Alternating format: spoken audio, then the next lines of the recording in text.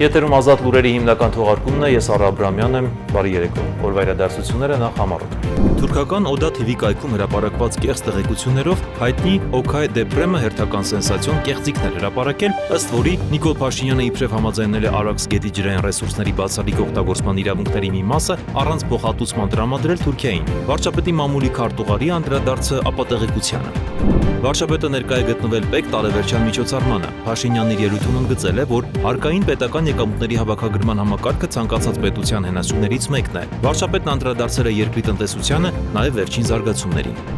Ադրբեջանի արտաքին գերատեսչության ղեկավար Ջեյհուն Բայրամովը տարեվերջյան ասուլիս է տվել, որի ընթացքում հիմնականում անդրադարձել է հայ-ադրբեջանական հարաբերություններին, ձեռք բերված պայմանավորվածություններին, խաղաղության գործընթացում գրանցված առաջընթացին։ Բաքվի դատարանում ավարտվել է Ադրբեջանում ապուրինի պահվող Արցախի նախկին ռազմաքաղաքական ղեկավարության եւ հայ մյուս գերիների դեմ կեղծ գործերով հարուցված շինծու դատաքննությունը։ Դատարանը հեռացել է խորհրդակցական սենյակ, հայ գերիներն իրենց ներկայացված մեղադրանքները չեն ընդունել։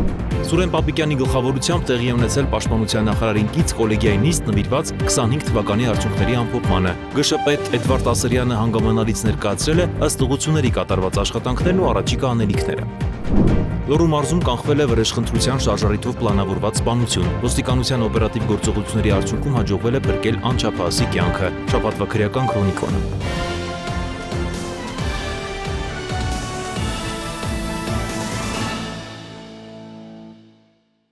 Okay Deprem-ը տարածել է Հայաստանի վերաբերյալ հերթական բացահայտ ապատեղեկատվական եւ կեղծ հրապարակումը, հայտնել է վարչապետի մամուլի քարտուղար Նազարի Բաղդասարյանը, նշելով, որ նույն անձը նախկինում եւս աչքի էր ընկել իրականությանը չհամապատասխանող նյութերի տարածմամբ, որոնք պաշտոնապես հերքվել են։ Տվյալ հրապարակումը հստակ տեղավորվում է Հայաստանի դեմ ուղղված համակարգված ապատեղեկատվական արշավների շրջանակում եւ նպատակ ունի կանխամտածված կերպով մոլորեցնել հանրությանը, խեղաթյուրել տարածաշրջանային գործընթացների իրական նպատակները, իրական պատկերը ներկայացնելով կեղծ եւ մոլորեցնող լույսի ներքո։ Առաջիկայում առանձին հրապարակումների շարքով կանդրադառնամ այս ապատեղեկատվական արշավներին, բացահայտելով դրանց իրական աղբյուրները, ղեկավարներին, տարածման մեխանիզմները եւ նպատակները, գրել է Բաղդասարյանը։ Նշենք, որ թուրքական Օդա TV կայքում հրապարակված կեղծ տեղեկություններով հայտնի Okay Deprem-ը հերթական սենսացիոն կեղծիքներ հրապարակել, ըստ որի Հայաստանի վարչապետ Փաշինյանը իբրև համաձայնել է Արաքս գետի ջրային ռեսուրսների բացառիկ օգտագործման իրավունքների մի մասը առանց փոխհատուցման տրամադրել Թուրքիային։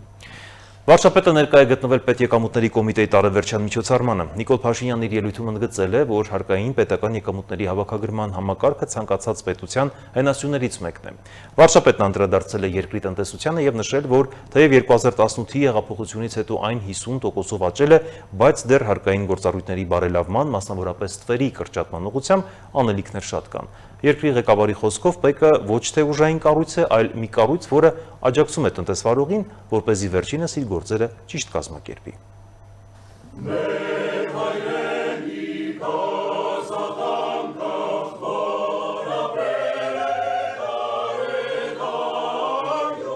Վարչապետն այցելել է պետական եկամուտների կոմիտե, հանդիպել գերատեսչության ղեկավար կազմի եւ աշխատակիցների հետ։ Նիկոլ Փաշինյանը շնորհակալություն է հայտնել կատարված աշխատանքի, մասնավորապես պետական բյուջեի եկամտային մասի ապահովման ուղղությամբ գործադրված ջանքերի եւ արձանագրված արդյունքի համար։ Վարչապետի դիտարկմամբ հարկային համակարգը եւ պետական եկամուտներն այն ինստիտուտներից են, որոնք մեզանում թերագնահատված են։ Բայց վարչապետի պաշտոնում առավել եւս հասկանում ես, որ պետական բյուջեի եկամուտները եւ հարկային համակարգը առաջնային է, որտեղ առանց բյուջեի չկա պետություն։ Այսինքն էլի ուրիշ շատ ռիբուտներ կան, որ առանց որոնց չկա պետություն, բայց ես կարծում եմ, որ առանց հարկային համակարգի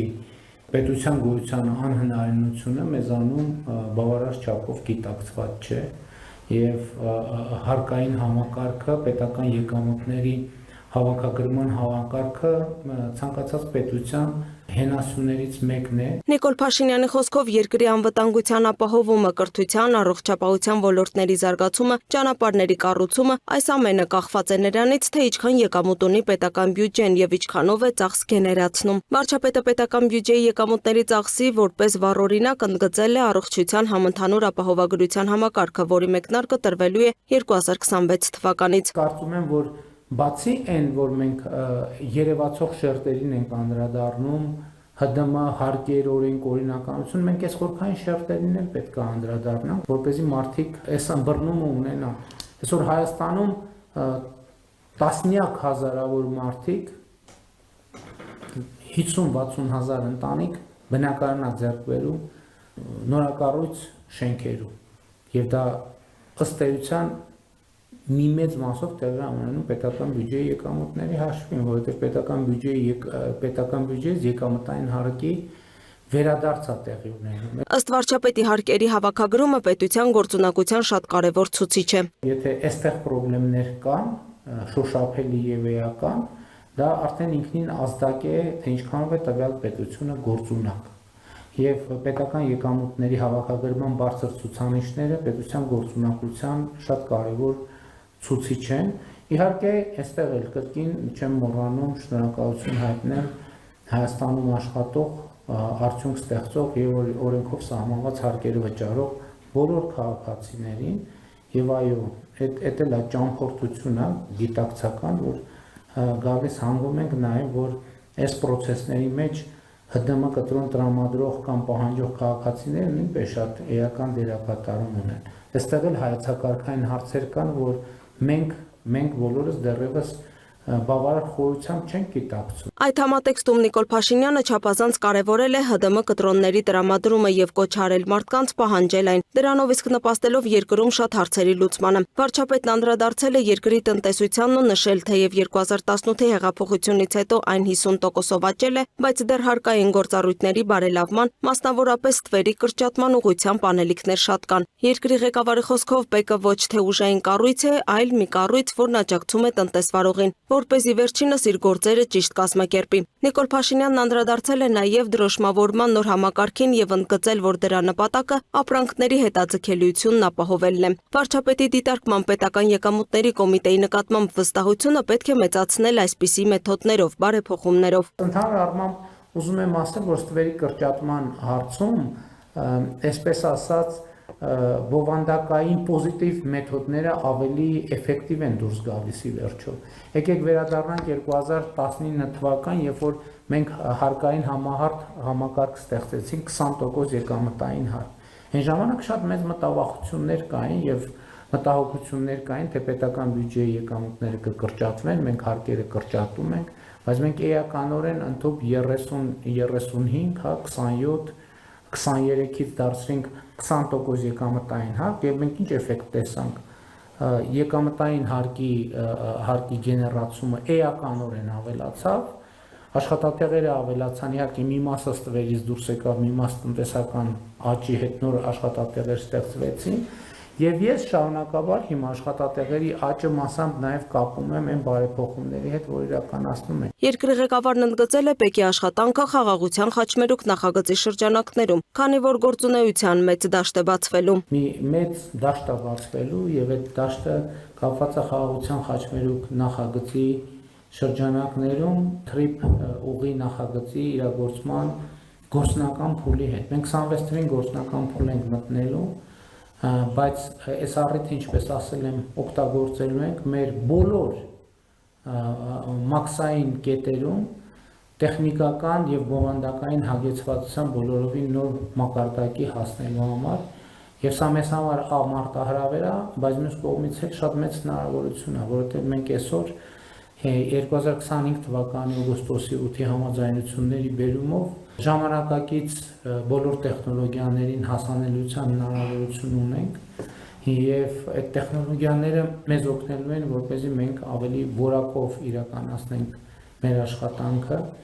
ընդ որում մենք զարգացումներ սպասում ենք ոչ միայն Հայաստան-Ադրբեջան սահմանին, մենք զարգացումներ սպասում ենք Հայաստան-Թուրքիա սահմանին։ Նիկոլ Փաշինյանը նշել է, որ Հայաստանում պետք է արդեն տնտեսական լոգիստիկ կարողություններ ձևավորվեն կազմակերպչական իմաստով։ Այս ամենը ըստ վարչապետի մեր տնտեսության դիվերսիֆիկացիայի նոր հնարավորություններ է բացում։ Ամփոփելով վարչապետը կրկին շնորհակալություն է հայտնել ներկաներին կատարած աշխատանքի համար։ Շատ կարևոր եմ համարում հայեցակարգի բովանդակային հատվածը, որովհետև գիտեք, մենք ավելի ու ավելի շատ պետք է կարևորություն տանք հայեցակարգերին, որովհետև որևէ բան, որը տեղի է ունենում, ինքը որակյալ կարող է տեղի ունենալ, եթե իր հիմքում ինչ-որ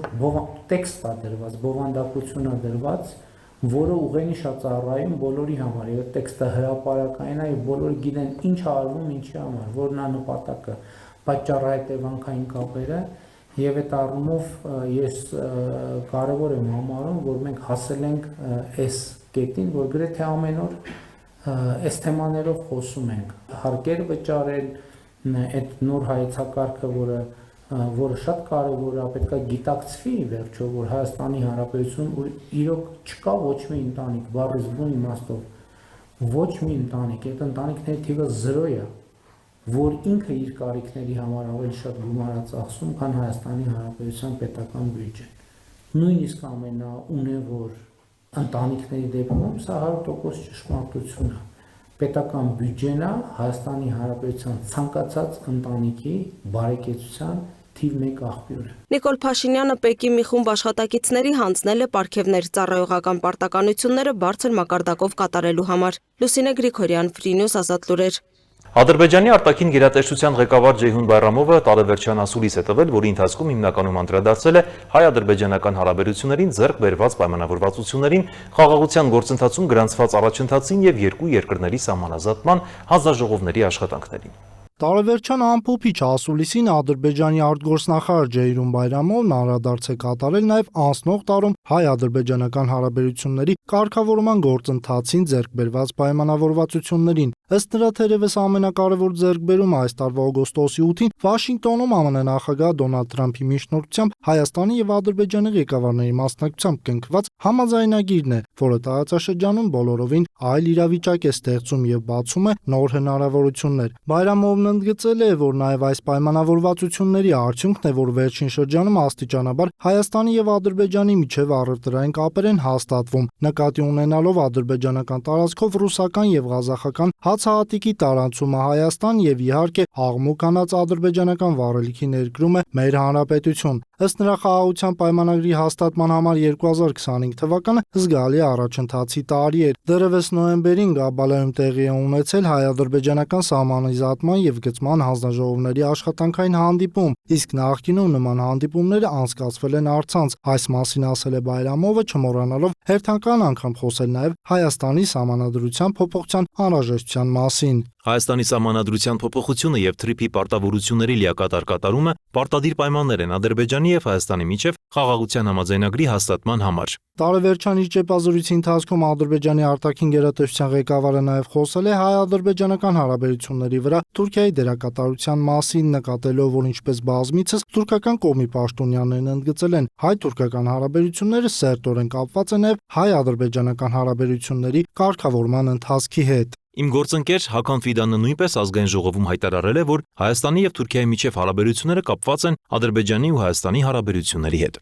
Ջեյհուն Բայրամովի գրեթե 3 ժամ տևած ասուլիսի հիմնական հատվածում, որը վերաբերել է հայ-ադրբեջանական հարաբերություններին, խոսել է նաև թրիփ նախագծում ռուսական կողմի հնարավոր ներգրավվածության մասին, ընդգծելով, որ Հայաստանից իրենց հայտնել են, թե Սյունիքի մարզում երկաթուղային աշխատանքներում ռուսական կողմը չի կարող ներգրավել, քանի որ դեռևս օգոստոսին կնքված պայմանագրում դրա մասին որևէ կետ չկա։ Իսկ Ադրբեջանը թրիփ նախագծին վերաբերող իրենց մասով աշխատանքները ավարտելու է 2026 թվականի գարնանը, հավելել է Բայրամովը։ Իդեպ լրագրողներից մեկի Հայաստան հնարավոր այցի վերաբերյալ հարցին ի պատասխան Բայրամովն ասել է, թե եթե իրենց երկրի շահերից ելնի, անհրաժեշտություն ելնի, ապա անպայման կայցելի Հայաստան։ Բաքվի դատարանում ավարտվել է Ադրբեջանում ապօրինի պահվող Արցախի նախկին ռազմաքաղաքական ղեկավարության եւ հայ մյուս գերիների դեմ կեղծ գործերով հարուցված շինծ ու դատաքննությունը։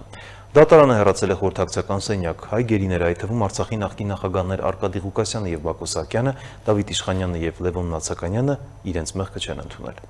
Դեկտեմբերի 26-ին Բաքվի դատարանում ավարտվել է Ադրբեջանում ապօրինի պահվող Արցախի նախկին ռազմաքաղաքական ղեկավարության եւ հայ մյուս գերիների դեմ կեղծ գործերով հարուցված շինծ ու դատավարությունը։ Դատարանը հեռացել է խորհրդակցության սենյակ։ Ըստ ադրբեջանական պետական լրատվամիջոցների, դատական նիստի ընթացքում շարունակվել է հայ գերիների եզրափակիչ դատական խոսքերի լսումը։ Նշվում է, որ Արցախի ազգային ժողովի նախկին նախագահ Դավիթ Իշխանյանը եւս չի ընդունել իրեն առաջադրված մեղադրանքները եւ իրեն ամեն մեղավոր չի ճանաչել։ Ավելի վաղ ադրբեջանական լրատվամիջոցների հաղորդմամբ Բաքվի դատարանում եզրափակիչ ելույթներով են հանդես եկել նաև Արցախի նախկին նախագահներ Արկադի Ղուկասյանն ու Բակո Սահակյանը։ Երկուսն էլ չեն ընդունել իրենց առաջադրված մեղադրանքները։ Արկադի Ղուկասյանը նշել է, որ մեղադրող կողմը որպես հանցագործություն է ներկայացնում իր աշխատանքը խորհրդային Ղարաբաղ թերթում։ Նա պարզաբանել է, որ եղել է խմբագրի 4 օգնականներից մեկը եւ զբաղվել է նյութերի ռուսերեն թարգմանությամբ, ընդգծելով, որ թերթի գործունեությունը հանցավոր չի համարում։ Ղուկասյանի խոսքով 2007 թվականից ինքը հեռացել է քաղաքականությունից եւ այլևս չի վերադարձել։ Բակո Սահակյանն իր հերթին հայտարարել է, որ Արցախում որևէ հանցավոր կազմակերպություն չի եղել եւ չէր էլ կարող լինել։ Նրա խոսքով հանցավոր միավորում ձևակերպման ներքո Բաքուն փաստացի նկատի ունի հենց Արցախը։ Դեկտեմբերի 25-ին Բաքվի ռազմական դատարանում շարունակվել է նաև Արցախի պաշտպանության բանակի նախկին հրամանատար Լևոն Մնացականյանի գործով դատական նիստը։ Պետական լրատվամիջոցների հաղորդմամբ Մնացականյանը հրաժարվել է նախաքննության ընթացքում տված ցուցմունքներից եւ դատավորին խնդրել է որոշում կայացնել բացառապես դատարանում տված ցուցմունքների հիման վրա։ Նա ներկայացրել է իր 3 օր շարունակված ելույթի 51 էջանոց տեքստը, պահանջելով այն կցել նիստի արձանագրությանը։ Նույն գործով ավելի վաղ ելույթներով հանդես էին եկել նաև Արցախի նախկին նախագահ Արայիկ Հարությունյանը, գեներալ-մայոր Դավիթ Մանուկյանը եւ նախկին արտգործնախարար Դավիթ Բաբայանը։ Բոլորն էլ հայտարարել են, որ չեն ընդունում իրենց վերագրվող մեղադրանքները։ Միևնույն ժամանակ Յանջայի ծանր հանցագործությունների դատարանը դեկտեմբերի 25-ին 58-ամյա արցախցի Կարեն Ավանեսյանին դատապարտել էր 16 տարվա ազատազրկման, ընդամենը մի քանի օր տևած դատավարությունից հետո։ Ադրբեջանական կողմը նրան մեղադրում է ահաբեկչության նախապատրաստման համար, սակայն հրապարակված տեսանյութերում որևէ զենք չի երևում, իսկ Ավանեսյանը շարժվում է Ստեփանակերտում Իլհամ Ալիևի գտնվելու վայրից հակառակ ուղղությամբ։ Արցախի միություն կազմակերպությունն էլ անդրադառնալով Ավանեսյանի դատավարությանը հայտարարել է, որ Ադրբեջանը չի կատարել մարդու իրավունքների եվրոպական դատարանի կողմից կիրառված հրատապ կանխարգելիչ միջոցը։ Կազմակերպության գնահատմամբ Ավանեսյանի դատավարությունն անցկացվել է առանց արդար դատաքննության երաշխիքների, իսկ նրա առողջական վիճակի եւ պահման պայմանների վերաբերյալ արժանահավատ տեղեկատվություն չի տրամադրվել։ Իսկ Արցախի նախկին պետնախարար Ռուբեն Վարդանյանի գործով շինծու դատական նիստը հետաձգվել է։ Ադրբեջանի պետական լրատվամիջոցների փոխանցմամբ պաշտպան Էմիլ Բաբիշովը միջնորդել է հետաձգել այն առողջական խնդիրների պատճառով։ Հաջորդ դատական նիստը նշանակվել է դեկտեմբերի 30-ին։ Դեկտեմբերի 26-ին հայտնի դարձավ, որ Կարմիր խաչի միջազգային կոմիտեի ներկայացուցիչները դեկտեմբերի 24-ին եւ 25-ին տեսակցել են Ադրբեջանում պահվող բոլոր գերիներին։ Կարմիր խաչի միջազգային կազմակերպության հայաստանյան գրասենյակի հաղորդակցության ծրագրերի պատասխանատու Զառա Ամատունին հայտնել է, որ այցերն իրականացվել են առանձնազրույցների ձևաչափով, նպատակ ունենալով գնահատել պահման պայմանները, առողջական վիճակը եւ գերիների հանդեպ վերաբերմունքը։ Հաշվի առնելով, որ Կարմիր խաչի միջազգային կազմակերպությունը Բաքվում այլևս ներկայացուցչություն չունի, այցը կազմակերպել է անմիջապես Ժնևում գտնվող կազմակերպության գլխավոր գրասենյակը։ Պաշտոնական տվյալներով Ադրբեջանում ներկայումս պահվում է 23 հայ գերի։ Նրանց դատավարություններն ընթանում են առանց անկախ դիտորդների, միջազգային իրավապաշտպանների եւ ազատ լրատվամիջոցների մասնակցության։ Սոնա Գիշյան, Free News, Ազատ լուրեր։ Չնայած բարդ փուլին եւ արտաքին ներգործությանը հայ-ռուսական հարաբերությունները պահպանում են իրենց էությունը, այս մասին ասել է Հայաստանում Ռուսաստանի դեսպան Սերգեյ Կոպիրկինը ամփոփելով 2025 թվականը Մոսկվայի ու Երևանի հարաբերությունների համատեքստում։ Մեր հարաբերություններում բարդ փուլ է, դրանք չեն կարող մեկուսացված լինել տարածաշրջանային եւ համաշխարհային գործընթացներից եւ մենք զգում ենք այդ ներգործությունը։ Կարեւոր է, որ պահպանվի այն առանցքայինը, որը մեր հարաբերությունների հիմքն է։ Կցանկանայի ակնկալել, որ չնայած բոլոր խնդիրներին ու դժվարություններին մենք կպաշտպանենք այդ հարաբերությունները արտաքին գործոնների անբարենպաստ ներգործությունից։ Ամբողջ տարվա ընթացքում երկու կողմերից էլ քաղաքական կամք է դրսևորվել հարաբերությունները պահպանելու համար, նշել է դիվանագետը։ Սուրեն Պապիկյանի գլխավորությամբ տեղի ունեցել պաշտպանության նախարարին կից կոլեգիայի նիստ նվիրված 2025 թվականի արդյունքների ամփոփմանը, հնչել են Հայաստանի պետական եւ զինված ուժերի օրդներկները։ Ելույթով հանդես է եկել նախարար Պապիկյանը, զինված ուժերի գշպետ Էդվարդ Ասարյանը հանդես գալով զեկույցով հանգամանալից ներկայացրել է ըստ ուղղությունների կատարված աշխատանքները ու առաջիկա անելիքները։ Պաշտպանության նախարարը մի շարք հանրարարականներ է տվել պատասխանատու ստորաբաժանումների ղեկավարներին զինված ուժերի պաշտպանունակությունն ամրապնդելու եւ ծառայությունը առավել արդյունավետ կազմակերպելու ուղղությամբ։ Նիստի ավարտին 2025 թվականին լավագույն ցուցանիշներ արձանագրած ստորաբաժանումների հրամանատարներին հանձնվել են փոխանցիկ դրոշներ, հավաստագրեր եւ հուշանվերներ։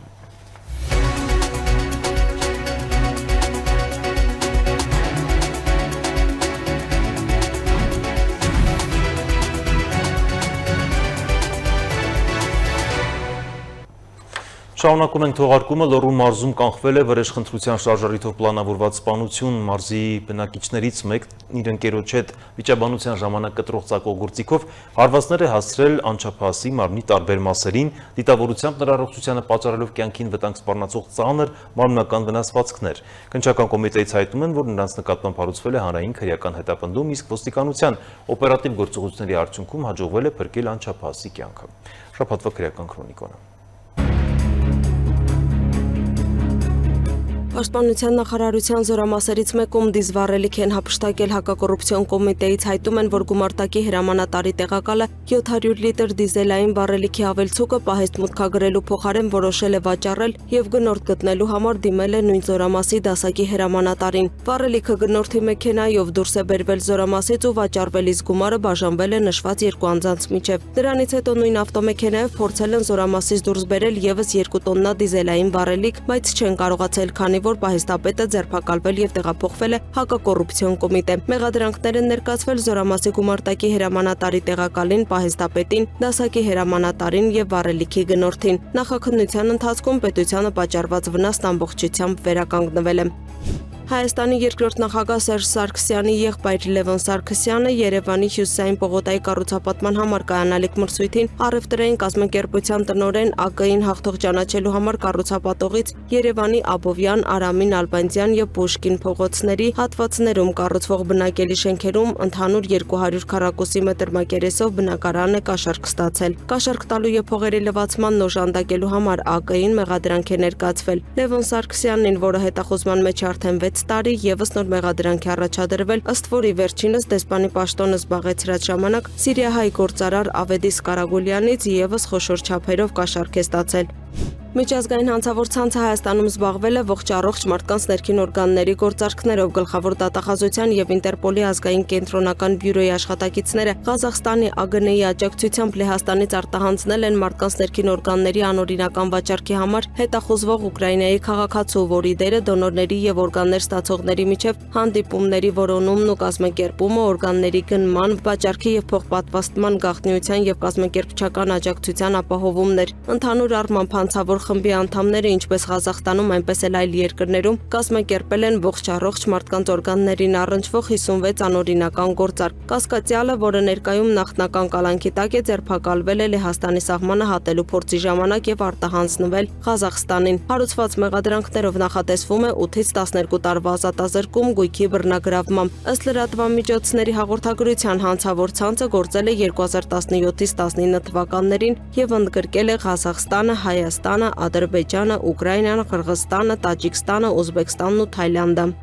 Վաղար շաբաթ համայնքի նախկին ղեկավար Դիանա Գասպարյանն իր ընտանիքի անդամների եւ փոխկապակցված անձանց աջակցությամբ համայնքապատկան հողատարածքները ձևական աճուրդներով եւ ուղղակի վաճառքով օտարել է շոկայականից բազմակի ցածր գներով։ Արդյունքում համայնքին պատճառվել է խոշոր նյութական վնաս, հետագայում հողամասերը միավորվել, վերագրանցվել են փոխկապակցված անձանց անուններով, վաճառվել են ձևական գործարքներով, փոխվել է դրանց գործառնական նշանակությունը եւ տրամադրվել են կառուցապատման թույլտվություններ հանցավոր ծագումը քողարկելու նպատակով։ Գործով արձանագրվել է առանձնապես խոշոր չափերի փողերի լվացում Դիանա Գասպարյանին եւ նրա հետ փոխկապակցված եւս 4 անձի, այդ թվում ամուսնուն եւ նրա հորը մեղադրանքներ են ներկայացվել պաշտոնեական լիազորությունների չարաշահման, փողերի լվացման եւ գույքի չհայտարարագրման համար։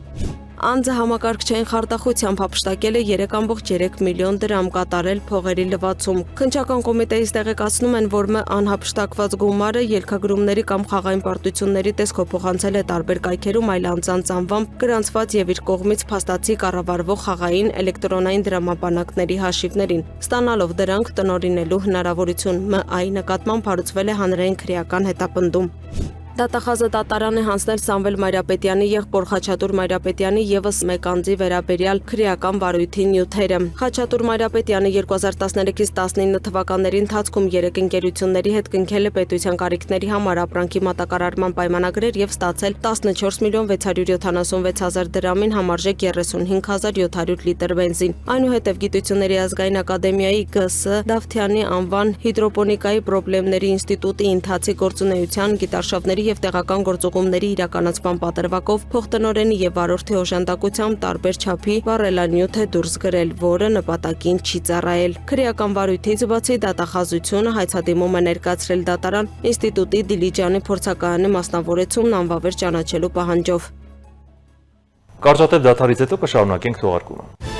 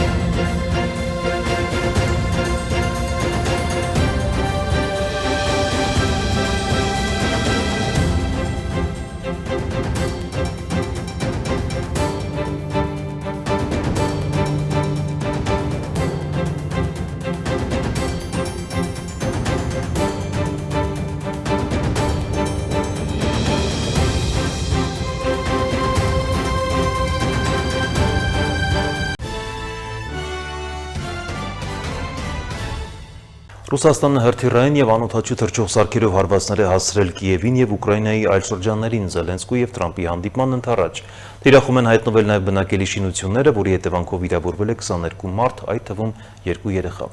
Վիրավորներից 12-ը հոսպիտալացվել են։ Միջազգային նորությունները տեսաշարով։ Չինաստանը պատժամիջոցներ է սահմանել Ամերիկայի Միացյալ Նահանգների նկատմամբ ի պատասխան Թայվանին զենք վաճառքի։ Չինաստանի արտաքին գործերի նախարարության հայտարարությամբ Վաշինգտոնի քայլերը խաթարում են երկրի ինքնիշխանությունն ու տարածքային ամբողջականությունը։ Պատժամիջոցների շրջանակում սահմանափակումներ են կիրառվել 20 ամերիկյան ռազմարտությունաբերական ընկերությունների եւ պաշտպանական ոլորտի 10 ավագ ղեկավարների նկատմամբ։ Դրանք ներառում են ակտիվների սառեցում, գործակցության արգել եւ Չինաստան մուտք գործելու սահմանափակումներ։ Խաղաղության համաձայնագրի վերաբերյալ առաջարկներ ստանալուց հետո Ռուսաստանի նախագահ Վլադիմիր Պուտինի հանձնարարությամբ նրա օգնական Յուրի Ուշակովը բանակցություններ է վարել Ամերիկայի Միացյալ Նահանգների վարչակազմի որոշ ներկայացուցիչների հետ։ Այս մասին հայտնել է Կրեմլի խոսնակ Դմիտրի Պեսկովը, չհստակեցնելով հեռախոսազրույցների ժամկետները։ Reuters-ի աղբյուրների փոխանցմամբ բանակցություններին մասնակցել է նաև Ռուսաստանի նախագահի հատուկ բանագնաց Կիրիլ Դմիտրիևը։ Պեսկովի խոսքով կողմերը համաձայնություն են ձեռք բերել երկխոսություն գործընկերությունը շարունակելու վերաբերյալ։ Նա նաև հայտնել է, որ Մոսկվան վերլուծել է պատերազմը դադարեցնելու վերաբերյալ փաստաթղթերը, որոնք Ամերիկայի Միացյալ Նահանգներից Ռուսաստանին է փոխանցել Կիրիլ Դմիտրիևը։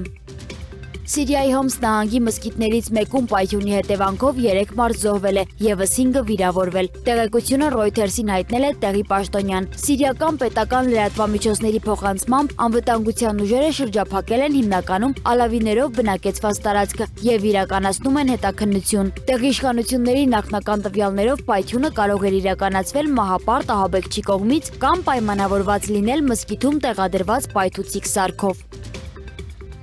Սերբիայի նախագահ Ալեքսանդր Վուչիչը հայտարարել է, որ Միացյալ Նահանգների նպատակը Սերբիայի Հանրապետությանը եւ նրա տարածքային ամբողջականությանը սպառնալն է։ Վուչիչը նաեւ մեղադրել է Վաշինգտոնին Կոսովոյի ալբանացիներին զենք մատակարարելու համար, ընդգծելով, որ այդ քայլերը լարում են իրավիճակը տարածաշրջանում։ Չնայած Դոնալդ Թրամփի վարչակազմի արտաքին քաղաքական կուրսի փոփոխություններին, Միացյալ Նահանգները լիովին աջակցում է ՆԱՏՕ-ին եւ մնում է Դաշինքի ու Եվրոպայի մաս։ Այս մասին հայտարարել է ՆԱՏՕ-ի գլխավոր քարտուղար Մարկ Ռյուտեն։ Նրա խոսքով Վաշինգտոնն ակնկալում է, որ եվրոպական երկրներն ավելի մեծ ներդրում կունենան պաշտպանության ոլորտում, սակայն ՆԱՏՕ-ի ներսում գործընկերությունը մնում է ամուր։ Ռյուտեն հիշեցրել է նաեւ Հագգայում անցկացված ՆԱՏՕ-ի գագաթնաժողովի որոշումները, որոնց համաձայն դաշնակիցները պայմանավորվել են մինչև 2035 թվականը պաշտպանական ծախսերը հասցնել ՀՆԱ-ի 5%-ին, դա գնահատելով որպես Թրամփի արտաքին քաղաքականության կարևոր ձեռքբերում։ Նա հավելել է, որ ԵՄ երկրները կազմում են ՆԱՏՕ-ի տնտեսական հզորության մոտ 1/4-ը, մինչդեռ շուրջ 75%-ը բաժին է ընկնում ԵՄ-ից դուրս գտնվող դաշնակիցներին։ Այսքան այժմի համար կհանդիպենք։